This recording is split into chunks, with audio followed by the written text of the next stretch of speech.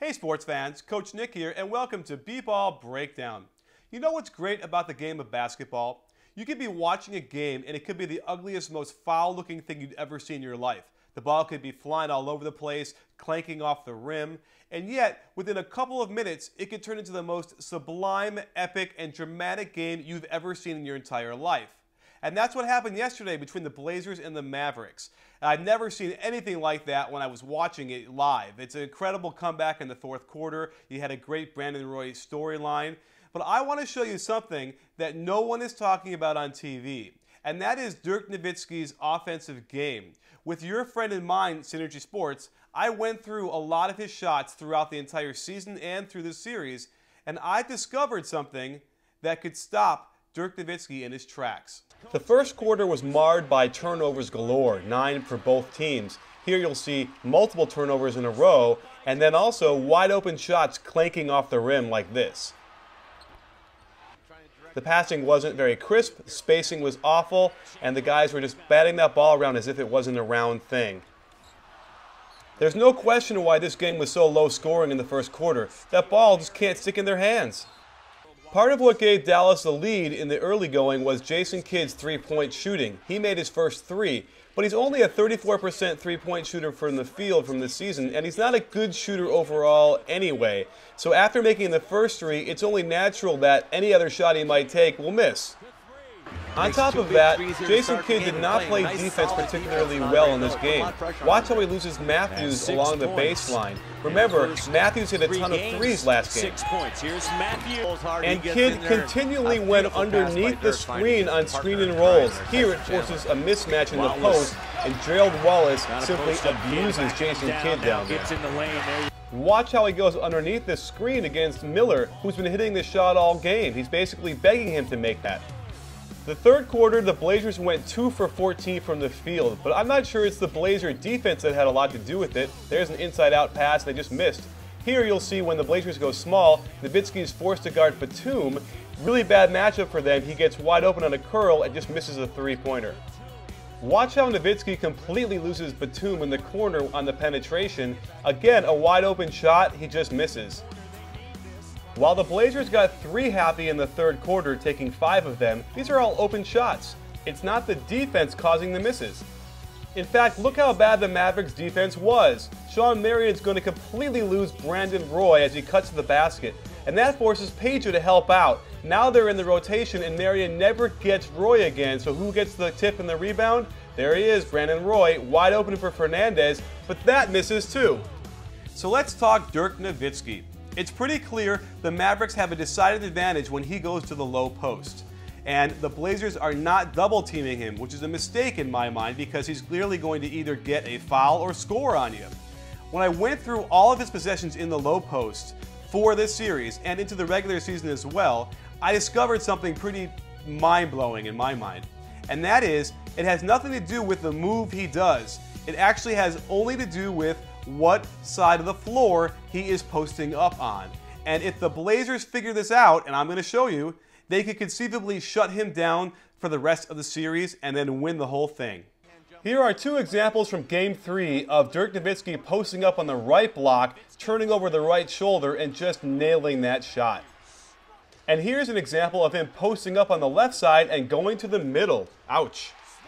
Game 4 was no different. On the right side, he can do some serious damage and is almost unstoppable against anybody the Portland Trail Blazers can offer against him. On the left side, you'll see him turn and do that same shot, but miss. On the left side again, he'll go to the middle, try and do an up and under, and miss again.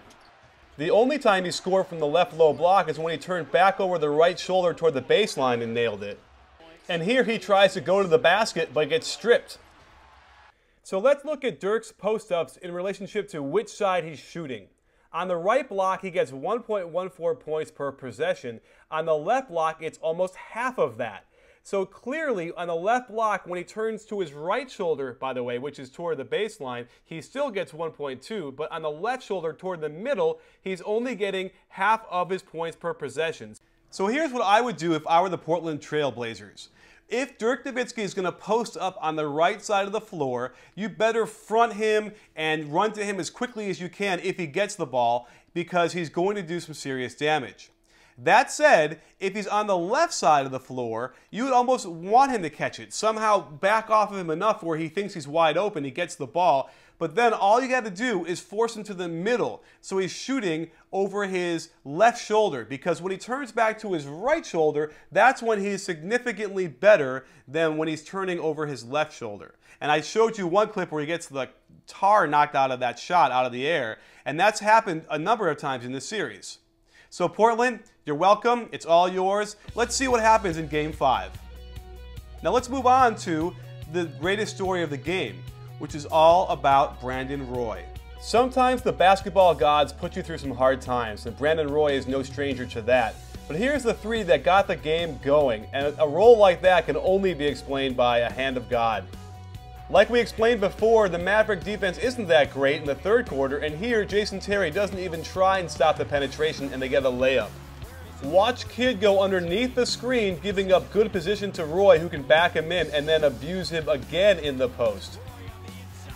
Kidd still goes underneath the screen against Roy, giving him a wide open three, and while that misses, sometimes it gives the guy a little confidence to get his rhythm going. This is an interesting lineup for the Blazers because it makes Dirk Nowitzki guard Brandon Roy. Now watch how Stevenson's going to run at Brandon Roy to get the ball out of his hands. And on the swing, both Maverick players run at the shooter, leaving guess who? Brandon Roy open in the lane for the offensive rebound. He simply has to rise up over Dirk and nail the jumper. If you're Sean Marion guarding the ball on a screen and roll, you have to be aware of the ball handler going away from the screen at a crossover. Marion falls asleep for a second, Roy pulls up, all net. We showed you how Kidd is less likely to make any more threes and that he was playing not great defense, and to make matters worse, a crucial turnover standing still against Wesley Matthews. The Mavs continually miscommunicated on defense. Against the pick and roll, Marion's going to guard Brandon Roy to force him to the middle, expecting Dirk to be over there to stop that penetration. But Dirk's on the same side. Of course, Brandon Roy gets right to the basket, collapses the defense. Now watch this organic play. As Wallace goes to the middle, you'll see Aldridge pin down the man and get Brandon Roy an open shot. Beautiful. They're better on this play with Marion and Nowitzki on the screen and roll. Dirk will even knock the ball away for a second. But watch how Marion gives him too much space, and when he closes out, he nails Brandon Roy in the body. They get a 4-point play out of this. Inexplicable. Inside of a minute in the fourth quarter tie game, and Carlisle calls a bunch of screens for Terry. So Terry naturally thinks, I'm going to shoot this thing. A god-awful shot with plenty of time on the clock.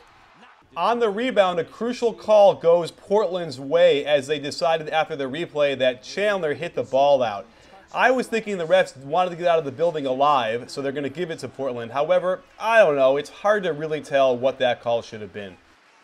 Again, it appears that Marion is expecting Nowitzki to be over the middle to help him on penetration, but Nowitzki isn't there. Roy gets right to the basket, easy dotted line shot. Down two with lots of time left, they're going to run a play they run all the time, which is Jason Terry coming around a Dirk Nowitzki pin down, and then Nowitzki's going to post up. But I think that Jason Terry gives up too early in the play. So it becomes a busted thing. Nowitzki goes to screen, but there are still 18 seconds to go on the shot clock. While Jason Kidd might think he's hot after hitting his first three, we know that statistics show us chances are that next shot here is going to miss. Besides, let me stress this again, there are 17 seconds to go on the shot clock. Plenty of time to set up a better shot, a better play for, you guessed it, Dirk Nowitzki. I don't think I gotta tell you what happens, and I'm pretty sure that this expression tells you all you gotta know about what Kidd feels about that shot.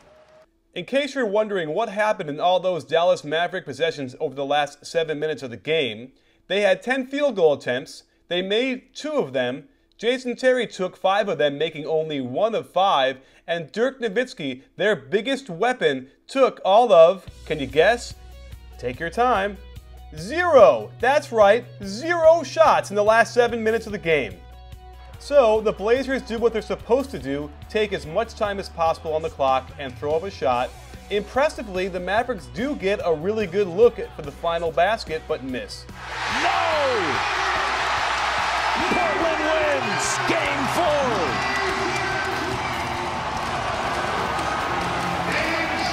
An emotional Brandon Roy. What a moment. A Game 4 moment. So there you have it, sports fans. While Brandon Roy was a great story and he really heated up and played well, I think it was pretty clear that there's a lot of people on the Mavericks that really hurt them unnecessarily.